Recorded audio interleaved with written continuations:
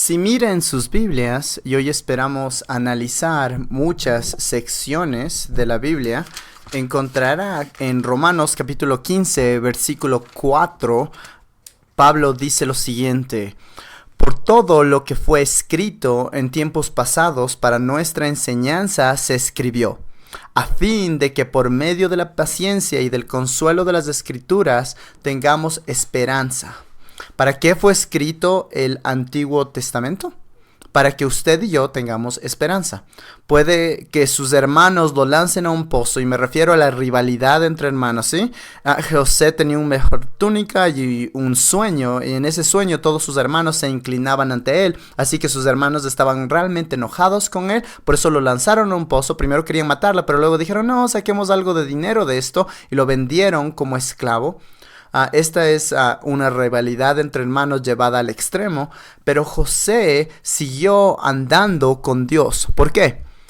Tenía esperanza. ¿Cómo lo sabemos? Porque el fin de Génesis en el capítulo 5 nos dice, cuando sus hermanos están preocupados, otra vez papá murió, y pensaban, bueno, tal vez solo se portó bien con nosotros mientras papá vivía y ahora nos va a caer con el hacha por lo que le hicimos antes.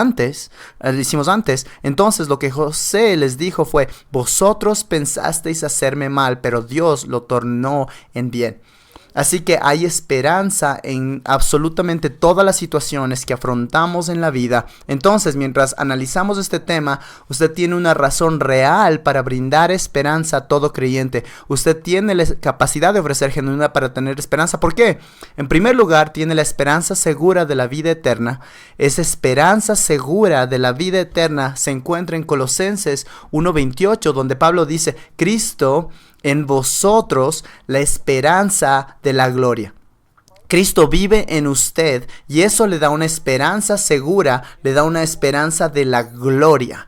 Luego en Gálatas capítulo 2 versículos 20 y 21 el apóstol nos dice ahí que la vida que ahora tenemos en Cristo ya no la vivimos en nuestras propias fuerzas, sino en fuerzas de Cristo quien vive en nosotros. Ya no es usted quien vive, ya no soy yo quien vivo, sino que Cristo vive en mí.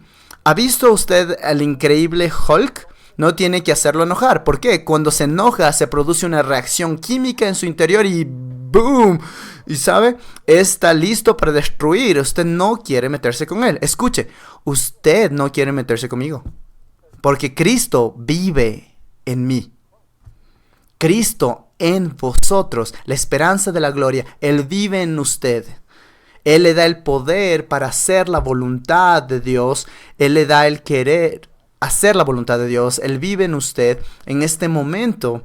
Así que el mundo realmente no querría meterse con nosotros. Además, Él nos da la vida. En Romanos capítulo 8, versículos del 8 al 11, habla sobre cómo el Espíritu vive en nosotros y nos da vida. Por tanto, vivimos en el poder y en la fuerza del Espíritu Santo que vive dentro de nosotros. Luego Cristo le ha redimido para la eternidad. En Efesios capítulos 1, 3 y 14 dice que usted ha sido redimido, ha sido comprado. Usted fue adquirido en el mercado de esclavos donde usted era un esclavo del pecado y no podía evitarlo, pero ahora tiene una vida eterna en Cristo, ha sido redimido en su posición, es de hijo de Dios. Jesús vino para pagar la deuda que era suya, porque usted tenía una deuda que no podía pagar y Él le redimió en el mercado del pecado. Y luego no solo es redimido, sino que ese pasaje dice que usted fue sellado con el Espíritu Santo. Yo uso un aro de matrimonio y este aro dice que estoy apartado por completo para una sola mujer, Mary, mi esposa, y es una señal, es un símbolo. El Espíritu Santo vive en su interior, Él es el sello, Él es el aro de matrimonio que dice que fue unido con Cristo y Él terminará la obra que comenzó en usted y lo perfeccionará hasta el día de Cristo. Y luego Cristo le da una esperanza viva a través de su resurrección. Si mira el pasaje en Primera de Pedro capítulo 1, en esa epístola el apóstol, no debemos confundir estos términos, nos da este pensamiento. Bendito sea el Dios y Padre de nuestro Señor Jesucristo, quien según Su gran misericordia nos ha hecho nacer de nuevo a una esperanza viva mediante la resurrección de Jesucristo de entre los muertos para obtener una herencia incorruptible, inmaculada y que no se marchitará. Recuerde que el griego se estaba escrito en letras minúsculas, sin mayúsculas, y se escribía todo junto. Las palabras no tenían espacio. Entonces, en la computadora de Pedro no tenía negrillas. Pon esto en cursivas, puedes subrayarlo, ponlo todo en mayúsculas. Él no podía hacer eso. Entonces, cuando escribían en griego, ¿qué hacían cuando querían que uno realmente entienda la idea? Amontonaban las palabras. Observen las palabras que están amontonadas. Bendito sea el Dios y Padre de nuestro Señor Jesucristo, quien según su gran misericordia nos ha hecho nacer de nuevo a una esperanza viva mediante la resurrección de Jesucristo de entre los muertos para obtener una herencia incorruptible, inmaculada y que no se marchitará, reservada por los cielos para vosotros. Deberíamos emocionarnos. ¿No hay por aquí algún bautista que diga amén? ¿Qué les pasa? Bueno, yo sé que es viernes por la noche después de una larga semana, por eso necesita esperanza. Así que avancemos.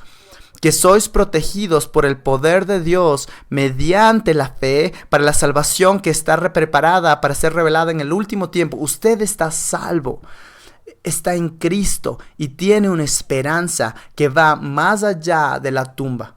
De camino hablaba con mi hermano por el celular y me enteré que nuestro primo Esteban murió. No sabemos si Esteban se fue con el Señor. Él sí me reafirmó hace unos meses que estaba confiando en Cristo, pero no nos quedó mucha certeza porque no había mucho fruto en su vida. Pero ustedes tienen una esperanza segura. Cuando mi papá murió y yo estaba en campamento, fuimos a casa. Saliendo del campamento esa tarde, él estaba parado al final del mesón hablando con mi mamá y ella pensó que él estaba bromeando cuando cayó al piso, pero el doctor dijo que probablemente murió con el ataque al corazón antes de tocar el suelo. Y cuando mi mamá nos dio el encuentro en la puerta esa tarde, cuando regresamos del campamento donde estábamos, ella agarró a Mary y a mí al otro brazo y me agarró por mí y dijo: sabemos dónde está el papá y sabemos que lo veremos otra vez. Había lágrimas corriendo por sus mejillas, pero sonreía en medio de las lágrimas mientras lo decía. Sabemos dónde está papá y sabemos que lo veremos otra vez. Yo sé dónde está papá y sé que lo volveré a ver porque vi el fruto de Cristo en su vida. Y este texto dice, escúchenlo nuevamente: bendito sea el Dios y Padre nuestro Señor Jesucristo, quien según a su misericordia, no porque usted sea un tan maravilloso, una mujer maravillosa, nos ha hecho nacer de nuevo a una esperanza viva mediante la resurrección de Jesucristo de entre los muertos para obtener una herencia que es incorruptible, inmaculada y que no se marchitará, reservada en los cielos por vosotros, que sois protegidos por el poder de Dios mediante la fe para la salvación que está preparada para ser revelada en el último tiempo. ¿No es emocionante? Sí, amén. Escuchen un amén. Los demás pueden despertarse, o al menos eso espero. Bueno, no solo eso, tiene la esperanza segura de vida eterna, sino que es libre del castigo del pecado. En Romanos capítulo 5, versículo 1, dice que no hay condenación para los que están en Cristo y no hay temor en la muerte. Mire lo que dice en el capítulo 5, versículo 1. Por tanto, habiendo sido justificados por la fe, tenemos paz para con Dios por medio de nuestro Señor Jesucristo. Usted tiene paz con Dios. Capítulo 8, versículo 1. Por consiguiente, no hay ahora condenación para los que están en Cristo Jesús. Mediante esto es justificado por fe, tiene paz con Dios porque es justificado por fe. Y luego también tiene a Cristo como su sacrificio. Él murió en su lugar. Versículo 8, capítulo 5 dice: pero Dios demuestra su amor para con nosotros en que siendo aún pecadores, Cristo, mientras usted todavía era pecador, cuando vivía en pecado, cuando levantaba su puño desafiantemente en las narices de Dios diciendo: Señor, yo puedo hacerlo mejor, Jesús murió por usted. ¿No es emocionante? Ese hecho por sí solo nos da esperanza. Entonces, es salvo de la ira de Dios. En el capítulo 5, versículo 9, el texto nos dice: entonces, mucho más habiendo sido ahora justificados por su sangre, seremos salvos de la ira de Dios por medio de él. Sin Cristo, la ira de Dios permanece en usted. En Cristo, usted es librado de esa ira. Por lo tanto, ya no hay condenación para los que están en Jesús. Capítulo 8, versículo 1, ya lo vimos. Usted no será condenado, tiene la gracia. Y no solo es libre del castigo del pecado, sino que es libre del poder del pecado. En Romanos capítulo 6, versículos del 5 al 7, usted ha muerto con Cristo, por lo tanto es libre del poder del pecado. Estaba muerto en sus pecados, pero ahora está vivo en Cristo para hacer buenas obras. Vamos a la morgue hoy, consigamos un cadáver. Algunos ven CSI, hay otros cadáveres, otros ven NCIS, NCIS. A mi esposa no le gustan las partes donde hacen eso en el programa. Le gusta NCIS, el programa, le gusta el misterio, tratar de descubrir quién lo hizo. Pero cuando sale la imagen en que están en la morgue, ella se tapa la cabeza con la cobija y me dice, avísame cuando pase esa escena. No le gustan esas cosas, pero ¿sabe? Usted baja y puede tomar un alfiler y pinchar al cadáver y el cadáver no se moverá.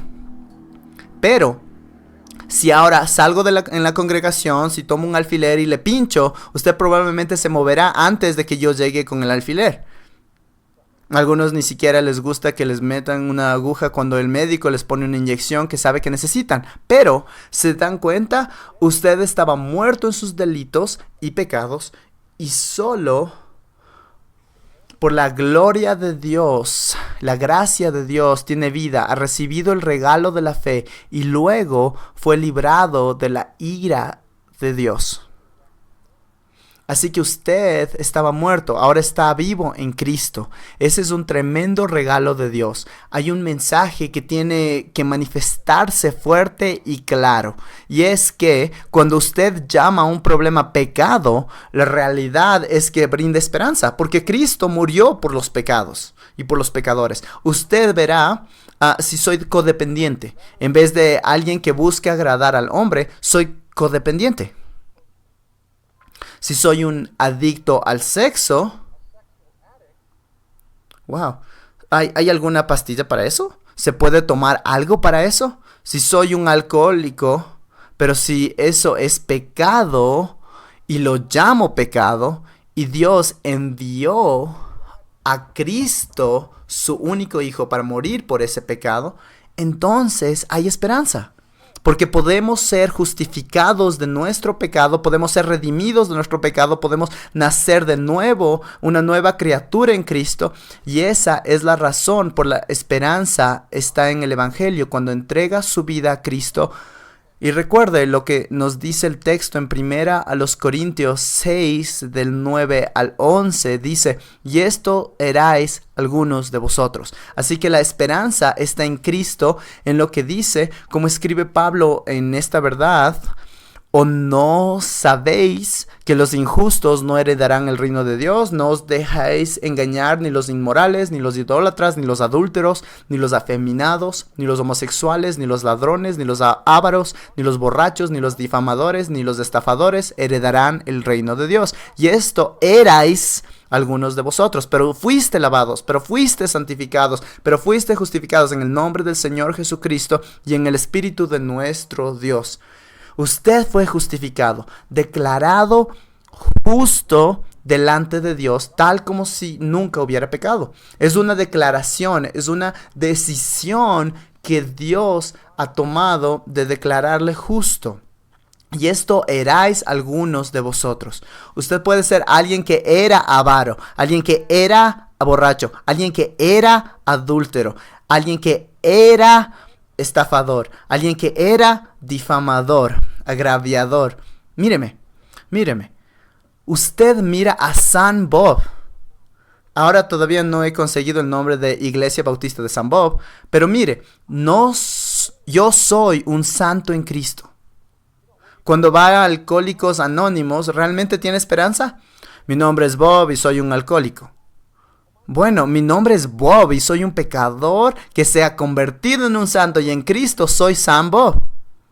Soy la luz del mundo. Soy la sal que da sabor a la vida. Soy un hijo de Dios. Soy redimido. Tengo una herencia que no se marchita. Usted no puede decir eso de nada más. No sabe cómo los bienes raíces, no sabe si su casa seguirá de pie cuando sus hijos la hereden. No sabemos qué pasará con esas cosas, pero lo que sí sabemos es lo que tenemos en Cristo y tenemos una esperanza real, tenemos redención. Lo siguiente es que usted puede ofrecer razones genuinas para una esperanza real, tiene todas las promesas de Dios en Cristo. Y nuevamente lo que dijimos al inicio, lo que dijo Wayne, todo aconsejado necesita esperanza. Usted necesita esperanza para hoy. Necesita esperanza para sobrevivir el fin de semana. Necesita esperanza hoy, esperanza. La tercera sesión empieza a las 9:40 de la noche. Y lo sé porque me toca enseñar esa sesión. Y luego tengo que conducir a la casa. Y luego tengo que levantarme por la mañana porque se supone que debo regresar a las 8:30. Necesita esperanza. Necesitamos esperanza. Tener todas las promesas de Dios. Escucha algunas de ellas. Él hará que todas las cosas cooperen para bien. Todas las cosas. Es griego. Eso realmente significa todas las cosas. De hecho, es muy sencillo. Incluye una llanta baja, incluye el cáncer, incluye la muerte de un ser querido, incluye que sus hermanos lo lancen a un pozo, que lo vendan como esclavo, incluye todas las cosas.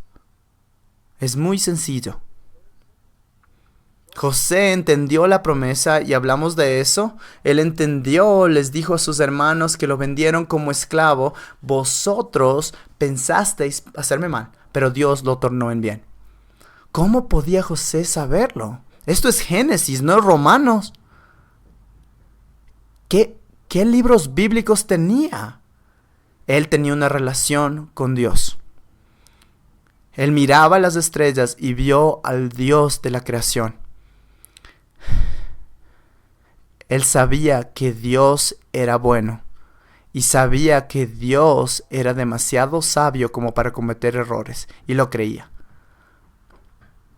Lo suficientemente claro como para decir, vosotros pensasteis hacerme mal, pero Dios lo tomó en bien. Él proveyó una salida, una victoria en toda tentación o prueba. Mediten esto, 1 Corintios 13:14, una palabra muy importante que debe aprender. Ojalá. Con alguien que le discipuló unas pocas semanas después de haber nacido de nuevo en el reino de Dios, debió haber sabido esto. No os ha sobrevenido ninguna tentación que no sea común a los hombres, y fiel es Dios, que no permitirá que vosotros seáis tentados más allá de lo que podéis soportar. Pero con esa tentación va a dar una manera de escapar. Dios es fiel. No hay ningún problema que no sea común a los hombres. Johnny Erickson Tada estuvo estirada en un marco de striker después de romperse el cuello. El marco de striker es simplemente un marco circular con un lienzo en su interior. Y lo que hacen es ponerle dentro del lienzo como un sándwich, de modo que le sostiene sin que pueda moverse para que puedan darle la vuelta, para que puedan voltearle y dejarle con la cabeza para abajo o del lado izquierdo o derecho.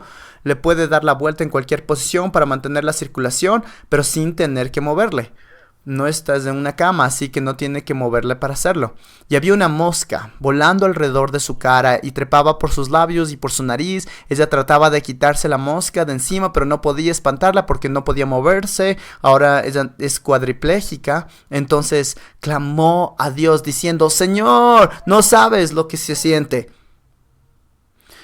Y luego pensó, esperen, Cristo estuvo en la cruz en el Medio Oriente, estaba lleno de sangre, de seguro había moscas trepando por sus heridas y él no podía quitárselas de encima. Él sí sabe. No existe tentación que no sea común a los hombres y Dios es fiel.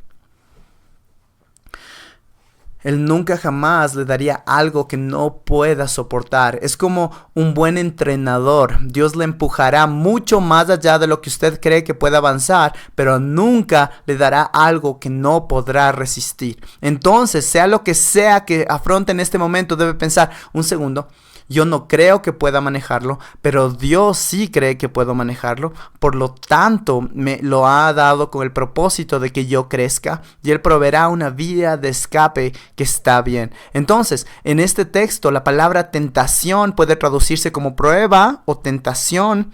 Puede revisarlo. Es una prueba de su fe. Si solamente se le baja una llanta, inmediatamente se convierte en una tentación. ¿De qué? Quejarse y refunfuñar. Por supuesto, ¿qué es lo que hace? Rayos, se me bajó la llanta, tengo tantas cosas que hacer hoy, no tengo tiempo para cambiar una llanta, y ahora ¿qué hoy voy a hacer? Pecar.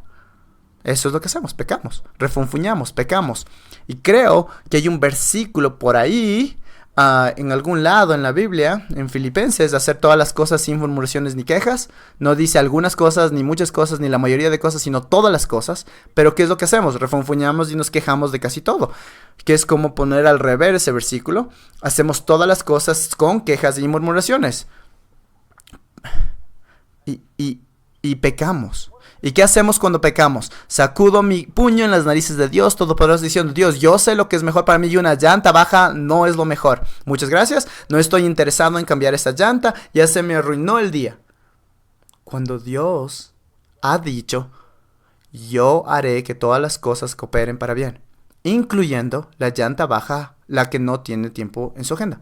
Lo que Dios está haciendo es esbozar encima de su agenda porque tiene otra cosa en mente para nosotros. Por eso tiene esperanza, porque sus problemas son comunes, y tiene esperanza porque Dios es fiel, tiene esperanza porque Dios siempre proveerá una salida de escape para que pueda resistir. Y el siguiente versículo dice: huid de la idolatría.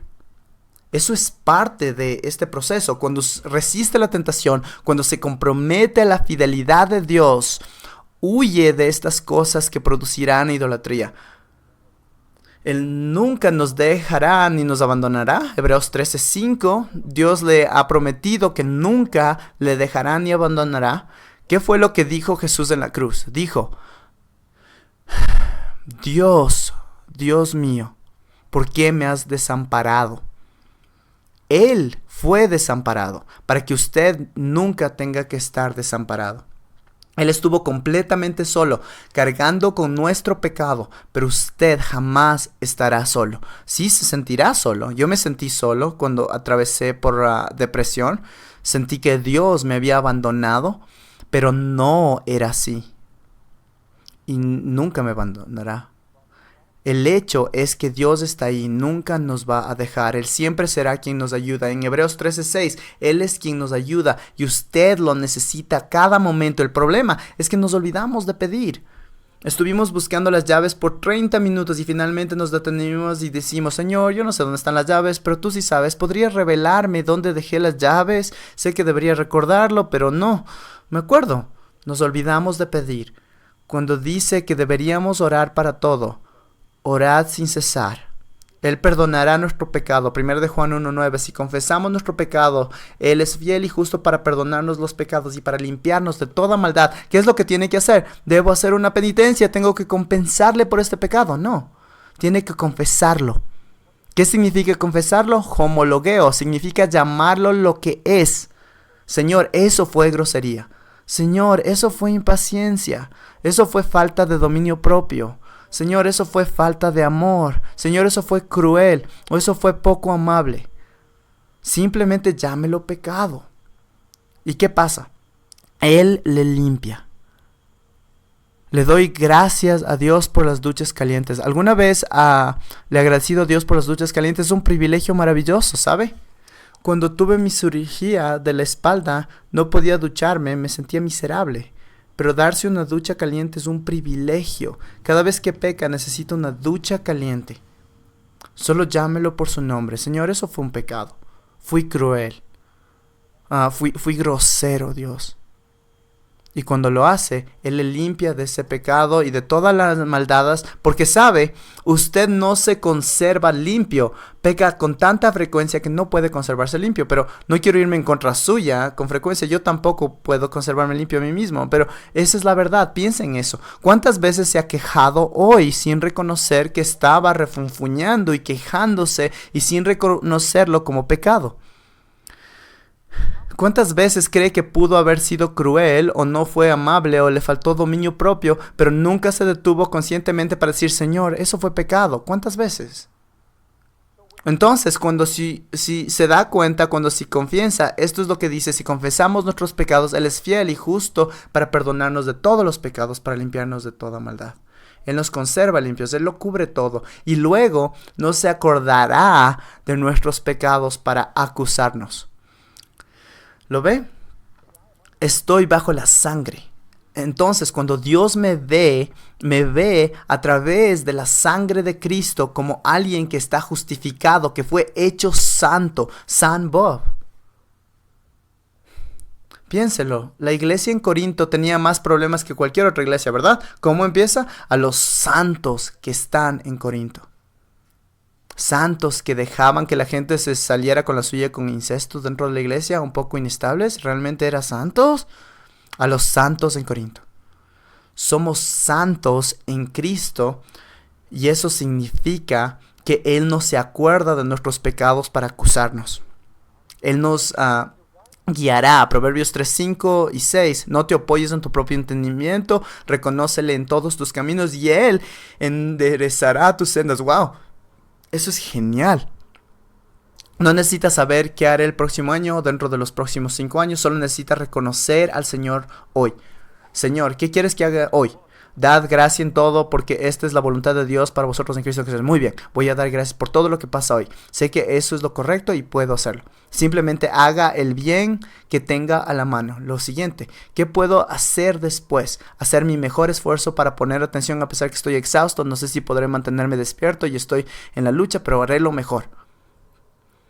Haga el bien que tenga a la mano. Él perfeccionará su obra en nosotros. Filipenses 1:6, me encanta, no hay proyecto sin terminar en el garaje de Dios.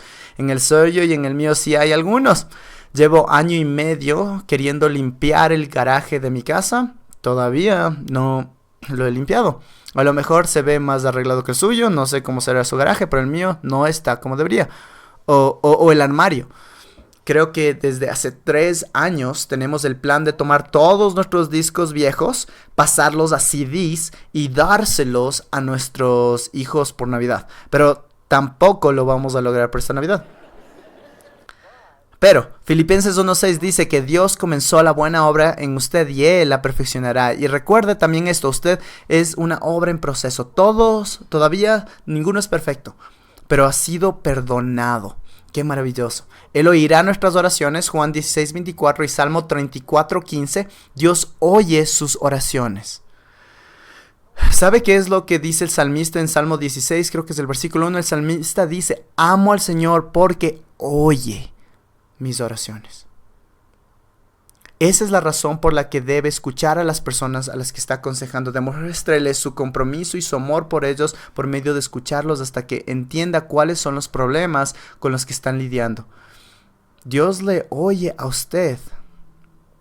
Todas las noches me despierto en la madrugada 2 o 3 veces. Dios oye mis oraciones. Mi esposa está dormida, no quiero molestarla, pero puedo hablar con Dios y Él escucha nuestras oraciones. Él nos disciplinará. Proverbios 3:11, Hebreos 12, del 5 al 8. Él nos disciplinará. Es un Padre celestial amoroso. Usted no quiere que sus hijos metan los tenedores en las tomas de corriente. No quiere que sus hijos corran hacia el tráfico. El otro día entré a un estacionamiento en un restaurante donde mi esposa y yo fuimos a cenar y un niño comenzó a correr por el estacionamiento, pero donde pasaban los autos, su papá lo agarró y le regresó a la vereda. El niño caminó 3 pasos, justo donde yo estaba mirando vi a las personas que salían de ese automóvil. Mientras yo entraba en el auto, miré allá y el niño empezó a correr unos 3 pasos y su papá y lo agarró y que lo agarró y lo volvió porque lo ama. ¿Por qué no lo dejó que su hijo corra libre? Porque me vio que yo venía. Así es como nuestro Padre amoroso celestial nos disciplina para que crezcamos. Él nos fortalecerá. Filipenses 4:13, todo lo puedo en Cristo que me fortalece. No algunas cosas, no la mayoría de cosas, no algunas cosas. Todo lo que Él me llama a hacer, lo puedo hacer en Él. Usted puede sobrevivir hasta mañana en la tarde. Confía en mí. Él no nos retendrá ninguna buena cosa. ¡Wow! ¡Qué genial!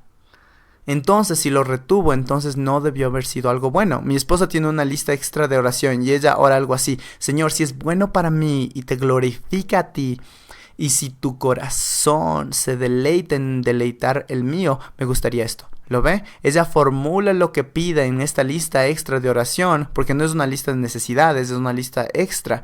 Así que ella lo formula: si es bueno para mí y se te glorifica a ti, entonces mi corazón se deleitará si tú deseas. Pero si no es bueno para mí o no te traerá gloria a ti, entonces no lo hagas. Así que Dios no nos retendrá ninguna cosa buena. Él nos guardará del mal. Esa es también una promesa maravillosa. El Señor Jesucristo nos guardará de todo mal y obra en nosotros en este sentido. Y luego, no solo eso, sino que Él proveerá lo que necesitamos. Filipenses 4:19. En el contexto se explica así: mientras los filipenses dan para Dios, al proveer para Pablo, el misionero, Dios les dice a través de Pablo que de sus riquezas en gloria, no de su miseria, sino que de sus riquezas, Él proveerá todo lo que necesitamos. Él puede hacerlo de maneras magníficas y gloriosas. Él puede proveer todo lo que necesitamos, así que debemos confiar en que Él lo hará. Él usará las pruebas para fortalecernos. Santiago 1, del 2 al 4. Hermanos, tened por sumo gozo, hermanos míos, lo que es hallar en diversas pruebas, sabiendo que las pruebas de vuestra fe producen paciencia. Dios le ha dado esa prueba para producir crecimiento en su vida.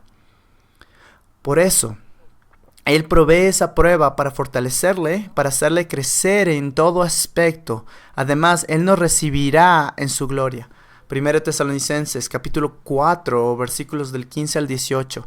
Los muertos en Cristo resucitarán primero, y mientras Cristo desciende, seremos arrebatados con Él. Nos encontraremos con el Señor en las nubes. Tenemos la bendición de ir a estar con Jesús. Esperamos ansiosos esa esperanza bendita. Esperamos ansiosos el retorno de Cristo. Esperamos ansiosos el reino milenial de Cristo. Tenemos una esperanza que nos lleva a eso. ¿Se lo puede imaginar? Usted reinará con Cristo. Podrá ser el alcalde de la ciudad si le es fiel al Señor. No sabemos cómo será. Algunos de ustedes estarán sobre más de una ciudad. Usted cuadrará los detalles de todas las cosas que por ahora son un desastre a causa del pecado. Usted, con su cuerpo glorificado, con su mente glorificada, podrá tomar la palabra de Dios y aplicarla. ¿Qué tal si obedeceríamos solo uno de los mandamientos en este país? Digamos que obedecemos el mandamiento de no robar. ¿No sería agradable vivir aquí? ¿No tendría que ponerle llave a su auto? ¿No tendría que tener una caja fuerte en la casa? ¿No tendría que haber seguridad en las tiendas? Leí un artículo que decía que cada producto bajaría al menos un 20% del costo inmediatamente, si no hubiera la necesidad de seguridad para proteger ese producto en cada paso de la cadena de producción. Nadie haría nada a la otra persona que no quiera que le hiciera uno mismo. No robarás. No solo obedeciéramos ese, todo sería genial. Y si no guardaríamos el no cometerás adulterio, todos que serían fieles a su esposa o su marido para toda la vida. ¡Wow! ¡Qué lugar tan agradable para vivir! Él nos recibirá en su gloria y tendremos la oportunidad de reinar con Él. Tiene un sumo sacerdote, está ahí para ayudarle con todas sus necesidades. Hebreos 4, 15 y 16 es un pasaje al que desea regresar una y otra vez cuando ofrece esperanza a las personas en sus pruebas. Así dice que Jesucristo es nuestro sumo sacerdote, y como sumo sacerdote Él ha sido tentado en todas las áreas de nosotros. Hemos sido tentados, sin embargo no tiene pecado y no demostró debilidad. Por tanto, acerquémonos con confianza al trono de la gracia para que recibamos misericordia y hallemos gracia para la ayuda oportuna. Solo quiero justicia, ¿no es así? Yo sé lo que recibiría y obtuviera lo que merezco. ¿Saben qué es lo que recibiría? El infierno, para siempre. No quiero eso. No quiero justicia, quiero misericordia, quiero gracia. Cuando nos acercamos al trono, vamos al trono de la gracia, donde recibimos misericordia y gracia. ¿No es maravilloso? Cuando oramos antes de empezar, nos acercamos al trono de la gracia y recibimos gracia y recibimos misericordia en nuestras necesidades. Esa es la gloria maravillosa que tenemos en Cristo. Él enfrentó toda tentación y fue victorioso. Y luego nos acercamos porque Él nos entiende, porque Él pasó por lo mismo. ¿Recuerda la ilustración de Johnny Erickson Tada? Pueden nombrarlo. Él no fue rechazado como yo. Espera un minuto, no. ¿Y qué me dice de Pedro, uno de sus 3 discípulos más íntimos, que lo maldijo y afirmó nunca haberlo conocido en la noche que fue traicionado? Eso es ser rechazado, ¿verdad? Y él vino a su propio pueblo, los judíos, a los que había preparado por miles de años, y ellos no lo recibieron, lo crucificaron. Por eso usted puede acercarse con confianza, porque Él nunca cedió. Su trono es un trono de gracia y Él brinda misericordia y gracia en tiempos de necesidad. Y no solo eso, sino que el sumo sacerdote tiene la autoridad y el poder para ayudar. Jesús enseña en Marcos 1:22 con autoridad. Eso dice: la gente estaban asombrados porque Él enseñaba con autoridad. Él no decía, este rabí dice esto y el otro dice lo otro y puede elegir. Jesús decía, ustedes, que fue dicho, pero yo les digo. Él enseñaba con autoridad. Y cuando usted entra en la sala de consejería, puede enseñar con autoridad si señala un texto con el dedo y afirma, esto es lo que dice Dios. Yo sé cómo el hombre que vino a mi oficina esta semana tuvo un sueño anoche y fue tenebroso. Un hombre salió de una esquina de la habitación que me dijo, Jesús, te ha rechazado. Y yo respondo, pero puedo poner mi dedo en este pasaje que dice, Jesús nunca le va a dejar ni desamparar. ¿Quién sabe qué fue lo que causó ese sueño? Lo que tiene que hacer es despertarse y decir, gracias Señor, porque solo fue un sueño. Porque los sueños no le pueden hacer daño. Me dirá, es que no he tenido sueños como los míos. Es un sueño. Un sueño es un sueño. Esta es la palabra de Dios. No pasará jamás. Esta verdad es asombrosa. Nietzsche dijo, Dios está muerto. Pero ahora Nietzsche está muerto. Y lo firma Dios. Porque Él dijo, todo hombre morirá. Y estoy pensando en un hombre, y se me escapa su nombre, que imprimió el tratado ateo. Y cuando murió, la Sociedad Bíblica de Ginebra compró su imprenta y comenzó a imprimir Biblias en ella. Me voy a acordar a las 2 de la madrugada mañana, y mañana se los digo. Pero esa es la idea. Dios es eterno. Él nunca ha cedido. Su trono es un trono de gracia. Él le da gracia y misericordia y tiene poder. Piénselo. Jesús envía a sus discípulos a ministrar sobre la base de su poder. ¿Qué les dice? Toda autoridad me ha sido dada y yo los envío para que vayan a ser discípulos, bautizándolos y enseñándoles a guardar todo lo que les he mandado. Solo ve esta lista. Jesús tiene autoridad ¿sobre qué? El libro de Marcos, espíritus impuros, fiebre, lepra, parálisis, hombres, el recaudador de impuestos, deformidad. ¿Se acuerda de ese hombre cuando Jesús se molesta con la gente que era un hombre con la mano deformada y están esperando para ver qué va a hacer Jesús porque era sábado? ¿Será que quebrantar el sábado? En sus mentes quebrantar el sábado porque tenían sus reglas que añadieron al Dios lo que dijo del sábado. ¿Será que va a sanar a este hombre? Me hubiera gustado estar ahí para verlo. Jesús solo le habla y su mano queda perfecta. ¿Y qué hace la gente? Comienza a conspirar para matarlo. Pero Jesús tiene el poder. Tiene poder sobre Leví, el recaudador de impuestos. Eso era un logro, que el recaudador de impuestos lo siguiera. Luego tiene autoridad sobre muchos demonios, enfermedad de largo plazo, muerte, sobre el hambre. Puede alimentar a 5,000, sobre el agua, puede caminar sobre ella, sobre el viento y las olas, pueden controlarlos. Me hubiera gustado estar ahí, solo un... Y todo quedó perfectamente calma. El viento rugía y las olas eran enormes y de repente perfecta calma. Y los discípulos se asustaron en presencia de esto, de este poder. Pero Jesús tiene autoridad sobre las tradiciones de los hombres, tiene autoridad sobre los defectos de nacimiento, sobre la ceguera, autoridad sobre la tumba. También me hubiera gustado estar ahí. Cuando Jesús se acercó a ese ataúd, los hombres cargaban la camilla con el hijo de la viuda de Naín. ¿Qué hubieran hecho usted si hubiera sido uno de los que cargaban la camilla cuando Jesús le habló al joven y este se sentó? Hubiera soltado la camilla, el joven se hubiera roto el cuello y Jesús hubiera tenido que sanarlo otra vez. Eso es lo que yo hubiera hecho. ¿Qué fue lo que pasó? ¡Wow! ¡Qué imagen del poder de Cristo! Pero no solo eso, tenemos otra razón para la esperanza. La paz y el gozo de Dios siempre están disponibles para usted y no depende de sus circunstancias. El mundo ofrece paz, pero no es como la paz que podemos dar cuando hablamos de paz, sino que en la paz de Dios tenemos paz completa y gozo completo, fuerza completa en Él. Así que la idea aquí, mire lo que dice en el texto en Juan 14:27. Jesús dijo, la paz os dejo, mi paz os doy, no os la doy como el mundo le da, yo les doy paz, esa paz es como la que tenía mi mamá. Sabemos dónde está papá y sabemos que lo volveremos a ver. Mi mamá tenía 50 o 51 años cuando mi papá murió. Mi mamá vivió hasta los 100 años. Mi mamá y mi papá estuvieron casados, tuvieron 27 años de matrimonio juntos, pero mi mamá vivió 50 años más, solo confiando en Jesús. Pero al ir a casa con Jesús, todavía tenía esa fe segura. Ella iba a casa con Jesús y vería otra vez a mi papá. Y en todas las cosas que ocurrieron antes, tenemos paz que sobrepasa todo entendimiento. Eso dice en Filipenses 4:6 y 7. Por nada estéis afanosos, es una orden.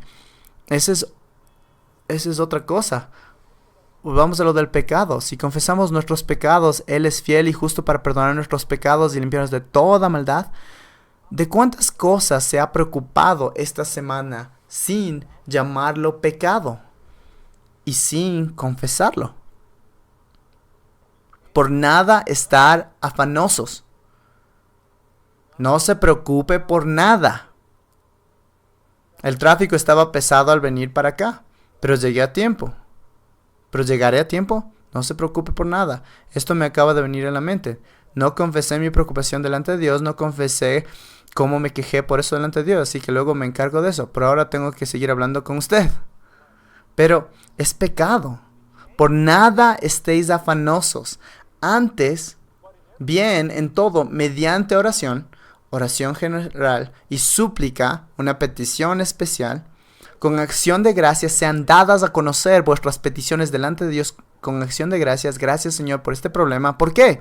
Gracias, porque todas las cosas cooperan para bien. Y luego lo entrega al Señor en oración y confía en Él. Se lo entrega al Señor y Él le da gracia, fuerza y paz que sobrepasa todo entendimiento. La forma de tener gozo y paz es permanecer en sus mandamientos. Juan 15 del 10 al 11. Tiene que andar en sus mandamientos, confiar y obedecer. No hay otra forma de tener la fuerza y la paz que podemos tener en Cristo. Cristo ha vencido al mundo y por lo tanto usted tiene paz. Piensa en Pablo y Silas. Piensen que tenían cepos en las manos, cepos en los pies, sus espaldas ensangrentadas por los golpes que recibieron. ¿Y qué hacen? Se quejan y refuñan. No. El texto dice que cantaban alabanzas. Están cantando. En medio de las batallas yo le alabo. En medio de todo bendeciré su nombre. No sé si era lo que ellos estaban cantando, pero estaban cantando. Entonces Dios sacudió a la tierra un poco, se abrieron todas las puertas, quedaron libres de los cepos. El pobre carcelero piensa, ya me fregué, mis prisioneros van a huir. Y está listo para solucionarlo, tiene sus espadas listas para quitarse la vida. Eso les ahorraría tiempo a las autoridades, porque si pierde a los prisioneros, eso es lo que le pasaría a él. Pablo dice, cuando se entera, Pablo le dice, no te preocupes, todos estamos aquí. Y le pregunta, ¿qué debo hacer para ser salvo? Cree en el Señor Jesucristo y serás salvo. Al hablar con suicidas, sé breve. Tú y tu casa. Y esa noche tuvieron un culto de bautizos, porque Cristo puede vencer y puede darle paz, amor, gozo y paz. Son el fruto del Espíritu. Cuando piensa en el fruto del Espíritu, amor, paz, gozo y paz. Amor, gozo y paz. Esos son los 3 primeros de la lista, como frutos del Espíritu, que Él lo produce en sus vidas. Hay otra razón por la que puede tener una esperanza segura como consejero bíblico es que no es su responsabilidad cambiar a otros, pero sí es su responsabilidad el ser fiel y vivir para la gloria de Dios. Debe vivir para la gloria de Dios y ser fiel. Esa es la definición de un consejero exitoso. Hable la verdad en amor, en el poder del Espíritu, y déjele el resultado a Dios, porque no puede cambiar.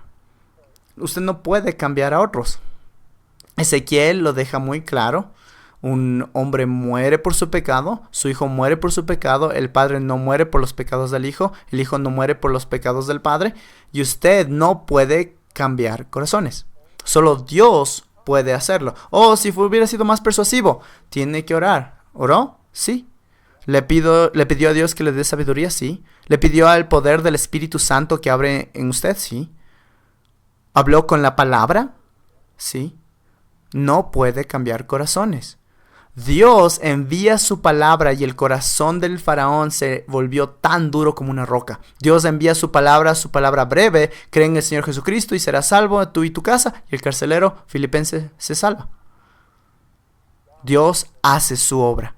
Usted no es responsable por las acciones de otros. Eso es muy claro en este texto. Debe estudiarlo por su cuenta, revíselo, sea un bereano. Dios visita los efectos del pecado en las futuras generaciones. ¿Sus hijos aprenderán sus pecados? Sí.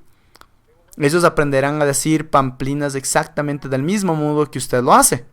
Ahora, no dirán palabrotas, porque si es cristiano usa malas palabras cristianas como pamplinas, pero lo dice con la misma vehemencia y lo dice con la misma entonación y lo dice con la misma actitud en el corazón, y son palabras malsanas que son pecado. Y sus hijos aprenderán a decirlo tal como usted lo hace. Si usted miente, ellos aprenden a mentir. Si le trata mal a su esposa, tratarán a su esposa de la misma manera. Y a su mamá. Dios visita los pecados porque les enseñamos a nuestros hijos a pecar. Pero si lidia con su pecado, aprenderá de usted cómo se lidia con el pecado. Su tarea es vivir por la gloria de Dios. Ya sea que comáis, que bebáis o que hagáis cualquier otra cosa, hacerlo todo para la gloria de Dios. Eso es lo que tiene que hacer. Camine con Él. Confíe en Él en medio de las circunstancias. Y recuerde esto, en el último punto, sus pruebas y sus dificultades fueron diseñadas para su bien y su crecimiento. Ya hemos hablado de esto en general, pero Romanos 8:28, todo coopera para bien. Vosotros pensasteis hacerme mal, pero Dios lo tornó en bien. Y Santiago 1, del 2 al 4, las pruebas vienen y su propósito es producir crecimiento en usted. Así que tiene esperanza. Sea lo que sea, esperanza. Dios lo va a tomar en bien. El propósito de Dios es mi crecimiento. Dios quiere que yo crezca a través de esto, y usted y yo tenemos que crecer en esperanza a causa de esto. Tenemos que obrar para la gloria de Dios, sea lo que sea que hagamos, ya sea que comamos o que bebamos. Eso se resume en cosas muy mínimas. A ver, ¿esta cuarta galleta es para la gloria de Dios? ¿O quizás debería comer unas nueces o algo más saludable? Es hora del refrigerio, entonces me pareció una buena idea traer un poco de convicción antes de que salgan. La esperanza es que todo lo puede en Cristo que le fortalece.